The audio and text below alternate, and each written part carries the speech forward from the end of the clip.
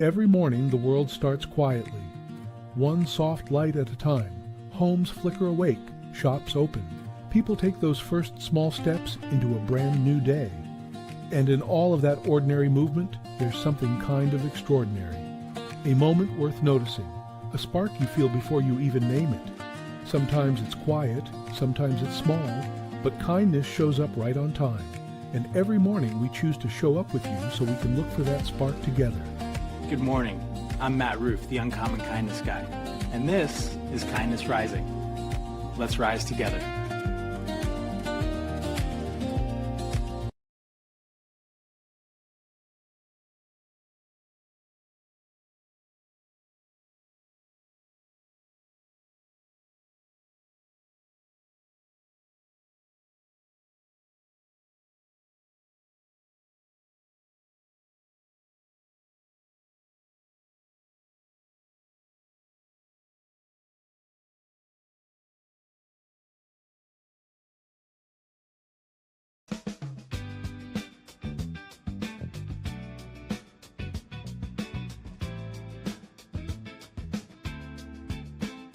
Makes us human. Human. Good morning, everybody. Good morning and welcome. Welcome to Kindness Rising.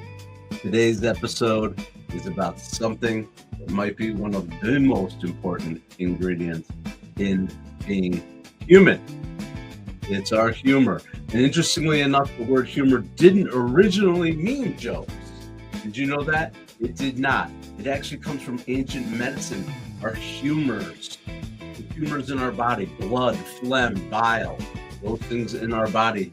That's where the word humor came from, right? And if those things were balanced and they were in the right order for us, all of our humors were in the right order, we were known to be in good humor. So actually, humor wasn't something that was to be performed. Humor was your state of being, your balance, your energy, your humanity. And here is where the language gets even more interesting. Let's talk about where human goes the other way. The other way for humans. Music was kind of loud today. Human, humility, humus. Humus? No, we're not talking about ground up chickpeas. We're talking about the earth, grounded, humor, humus. It all means grounded. So on one hand, it means your humor, your state of being. The other is keeping you grounded. But it doesn't just keep us grounded, it also keeps us light. So there's a paradox in our humor, because one of my favorite quotes of all times from Alan Watts, if you guys know who Alan Watts was, but originally written by G.K. Chesterton. Angels fly because they take themselves lightly. That might be one of the greatest leadership lessons ever written, right? Take ourselves a little bit lightly so that we can fly. I'm glad you've chosen to join me here on Kindness. Oh, okay. A little bit of a blast of the music. Good morning, everyone. Roseanne Rouff, Mike Sullivan, Liliana Capitillo. Welcome. I am glad you've joined me here on Kindness Rising, where today's subject is humor and the lightness that makes us humor. And the way having a sense of humor, meaning the balance of our humors. Now, the ancient Greeks, they thought it was blood, phlegm, yellow bile, and black bile, but no, it is what's inside of us. There's some jokes to be made there about the liquids, whatever, but I am not going to talk about that. I do want to tell you a story, though. I want to tell you a story from my childhood about humor. And Mom, I know you're out there, but you may have heard this story. Maybe Dad told you this story. I don't know that you and I ever discussed this story, but it's a classic for me. It's a classic story with my father. So imagine it is the middle of the 1980s. I'm maybe 13 years old, maybe even a little bit younger. I don't know. But I'm sneaking down at night or finding a way to watch late night comedy TV, Saturday Night Live. There was Comic Strip Live. I remember going down in the basement, being down in the basement and watching these subversive comedians in my basements. Yeah, and certainly not the stuff that the nuns at St. Thomas Aquinas Elementary School were teaching me about or wanting me to watch. Robin Williams in his heyday, Richard Pryor, Steve Martin. These are the guys, the late night comedy. And I'm starting to learn some adult concepts for sure. And I hear a joke. I don't know if I heard it in the street or I heard it on one of these things. And I'm going to repeat the joke. And it is an adult joke, but it will make sense. I got to test this joke on somebody. I'm going to show my father how adult I am. Here is the joke that I'm going to tell my father. My dad, definitely a comedian, knew how to make people laugh, knew about great timing. So in some ways, probably I was trying to emulate him, or I don't remember exactly. But the joke goes like this, as he's going to picture him sitting there in his leather chair that he came home at night and sat in after work, probably watching MASH or the news or reading the paper or something. And I say to him, "Hey, Dad, did you hear Ronald McDonald got fired today?" He looks up at me and is like, "No, why?" And I deliver the punchline with full confidence: because he got caught with his Big Mac in Wendy's hot and juicy. I'm laughing to myself. I think it's hysterical. I probably didn't even understand it to a certain degree. And my father just looks at me and goes, Matthew, I don't get it. And I wouldn't repeat it either because probably no one else will. And you wouldn't want to sound stupid. What? I was like, huh? I'm bombed. I bombed my first gig. What happened? Fast forward now to many years later. Of course, in between, so many things have happened, but keeping the story moving along, right before my father passed away several years ago, he and I were sharing short stories and bringing up moments together about that. And he told me proactively, do you remember? He remembered. Do you remember telling me the joke about Ronald McDonald and Wendy's? And I'm like, yeah, I actually did. And I'm like, yeah. And he's like, I consider that one of my greatest parenting achievements. Turning that around, not laughing when you told the joke, coming out of your mouth, being able to say, nah, I probably wouldn't repeat that if I were you, right, at that age. But instead of making me feel shame about it, although he might say, you might sound stupid, I don't know. Anyway, oh, Mom, you knew the story. I'm glad you know the story. But here's the thing, and here's what I love about that story for me. We're talking about 40 years later, he still remembered the joke. And for me, that tells me that he probably told that joke over and over and over again to his adult friends and told the story about his kid telling him that joke and the pride that he felt in his achievement. So the lessons that I learned from that: you can have all the great material in the world, but it won't land if the audience isn't ready, if you're not the person they want to hear it from, right? And that lesson applies to in business, leadership, parenting, life. Timing matters. Your audience matters. And also, here's the other thing: a good joke is still a good joke. That's the lessons that I learned from telling my father a rude joke when I was a kid.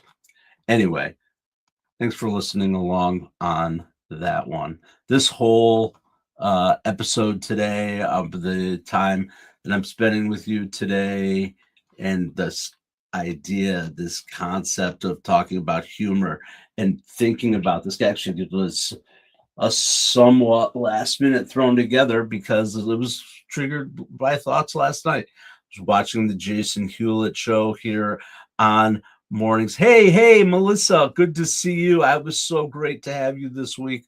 We'll review that in a little bit too. I can't believe it's Friday already.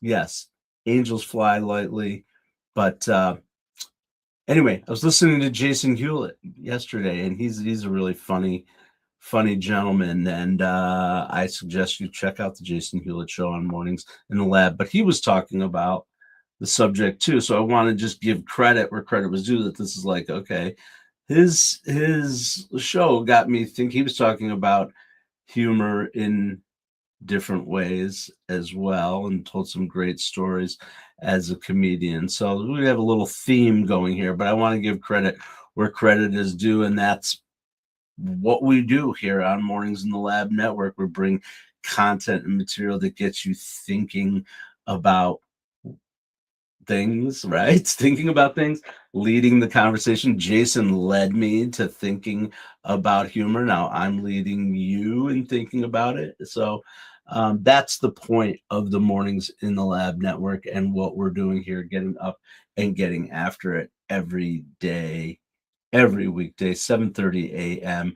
Kindness Rising here on Mornings in the Lab Network, and then right over to the big show, Mornings in the Lab, with Keith, John, and friends. And we've got our friends Jason Hewlett and Cheryl Raphael Whitaker and Brianna Bass and Dr. John Petrocelli and all the other hosts and our producers in the backstage. We are building an amazing platform, the live morning media platform that everyone should know about and be involved with, I believe.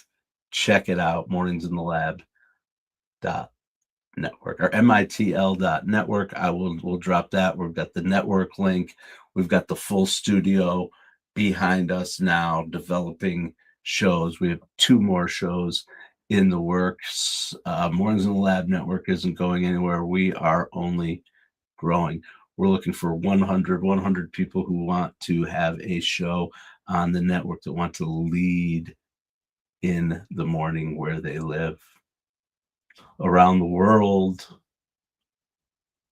East Coast, West Coast, North America, South America, wherever. So that's it. So I'm done with my commercial.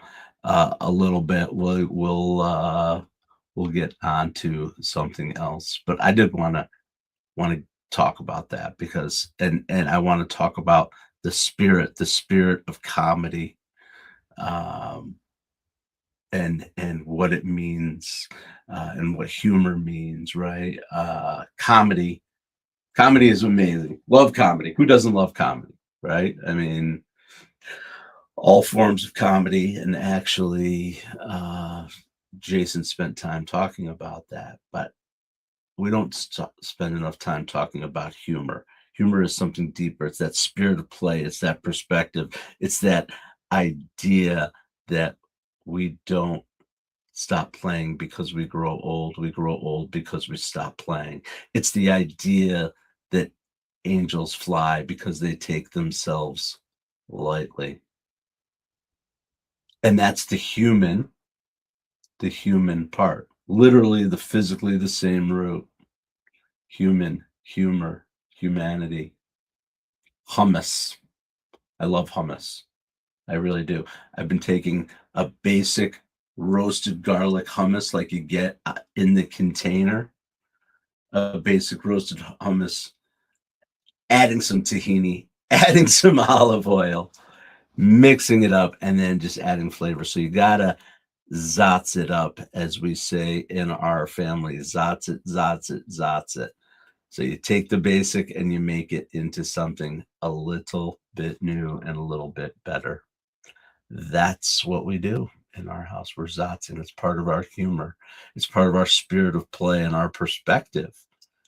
in our world, and I think it helps us to laugh. And sometimes there's fails with it, and sometimes we have tremendous successes. I love to experiment in the kitchen, in particularly, is that even a word? Particularly, I think I added at least one extra syllable in there. Whatever. Okay. So we're getting a little silly here, winding down on our week. And I've been just thinking also as I was thinking about humor and humanity and the intersection of those words. And, I like to spotlight organizations or things that from my childhood, from Gen X, from those of us who, excuse me, those of us who grew up in the 70s and 80s. I talked a little bit about my joke. Not only did I listen to Richard Pryor and Robin Williams and all that, the other side where there was tremendous amount of humor, sometimes adult humor intersected, definitely parody of adult worlds. We're talking about Jim Henson and the Sesame Workshop, perhaps the most influential media, at least in my childhood, for sure. Because it wasn't just funny, it was kind humor, it was silly, educational.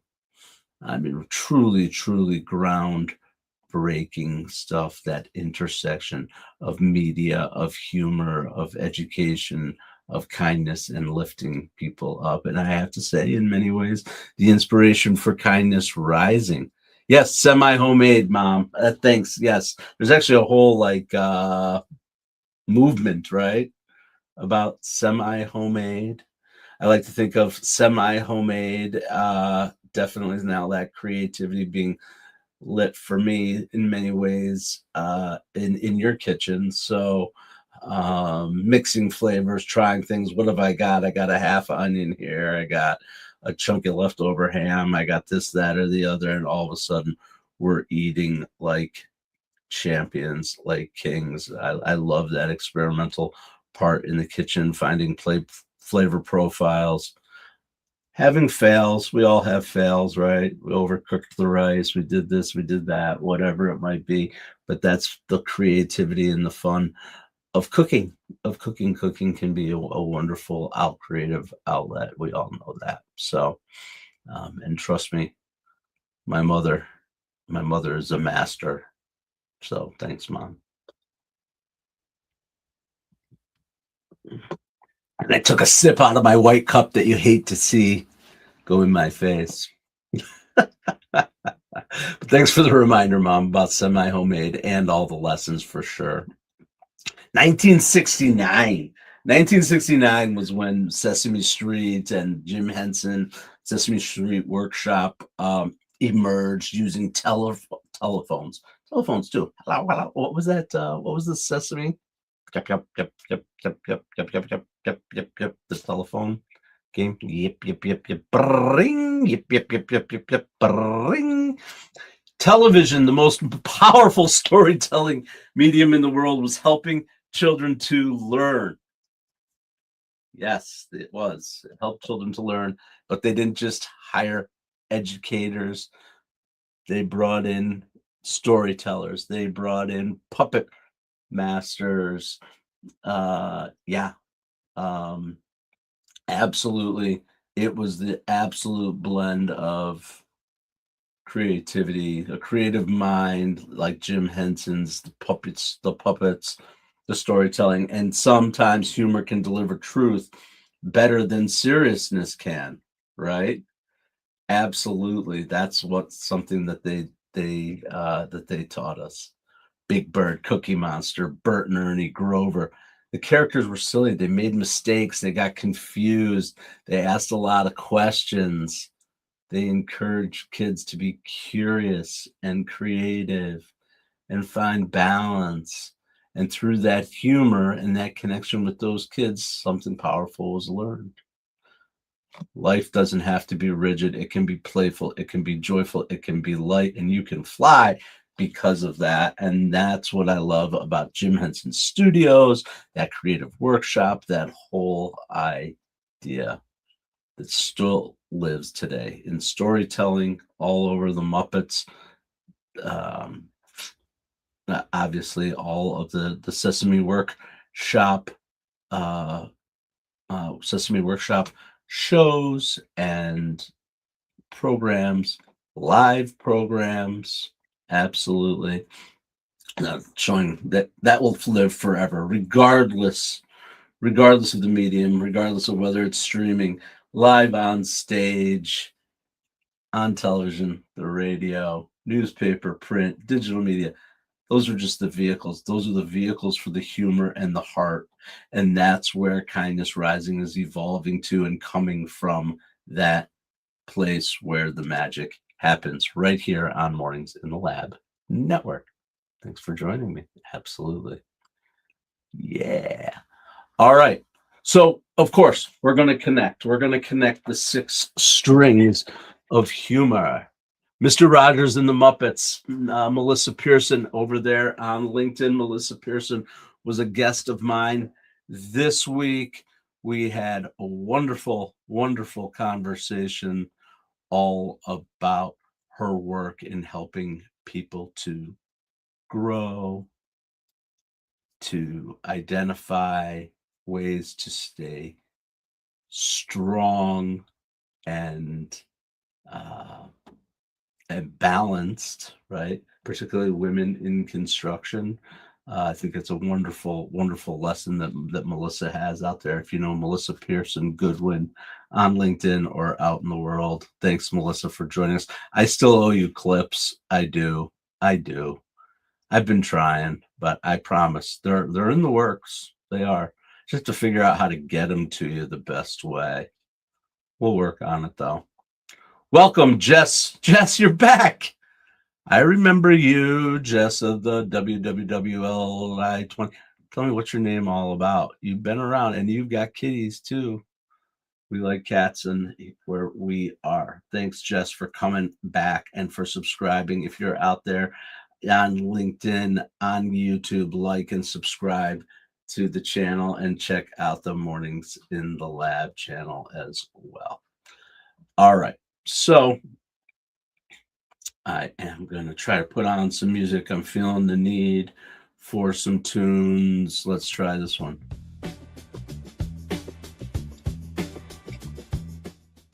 These are the songs that I came up with, the vibe that I created. I love that little pause in the lead in with that guitar. Suno. Suno is an AI tool that I use to create music with. A lot of people out there having conversation, of course, with me and with others about the use of AI tools and for creativity, and it's not going anywhere. It's not going anywhere.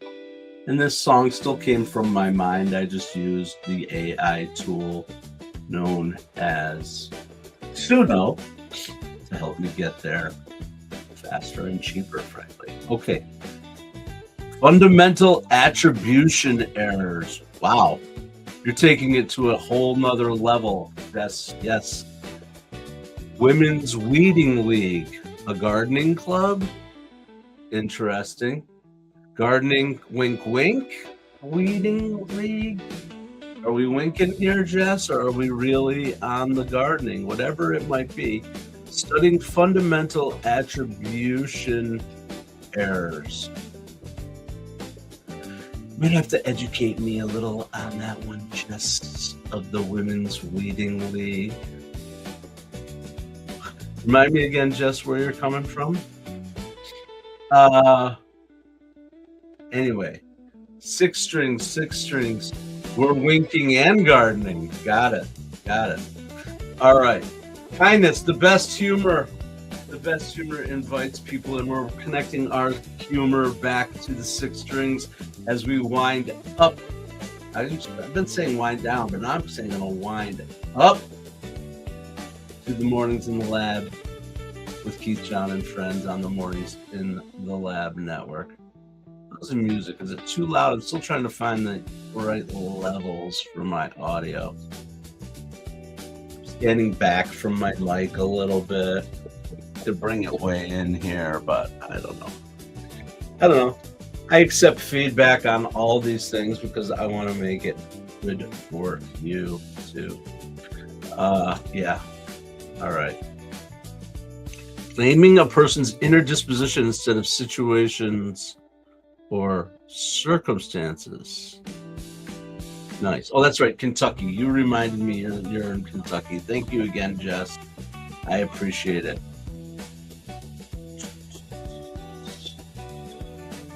Fundamental attribution errors. I'm going to spend some time on that one. But let's get back to the 6 strings of humor. Kindness. Remember, kindness is one of our strings, and that's the kindness to invite people in, not to punch down, not to humiliate, but to lift people up. Think about Sesame Street. The humor was, some of the characters were self-deprecating, but it was playful, gentle, and kind, and that's why it worked. You got balance. Humor restores balance when life gets heavy. Part of the reason I wanted to do this, right, is we have all this stuff coming at us all day long. The news, the world, life, our own stresses, deadlines, responsibilities.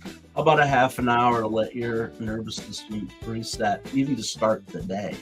Start chill and work our way up, because the ancient Greeks were completely wrong. We do want to balance our humors for sure. And how about curiosity? So much unexpected. That's what comedy is comedy is the setup is this, you're thinking one thing, and then the punchline is the twist, right? Something surprising, something curious, a moment where your brain goes, wait, what? That's the twist, is where the laughter lives, and that's curiosity. How about action? Action is taking leadership in the room and turning it on yourself, breaking the tension, laughing at yourself first through courage, through action, by standing up and saying the thing. Self-awareness, of course, the ability to laugh at yourself is self-awareness. Ego, your ego, it hates your humor.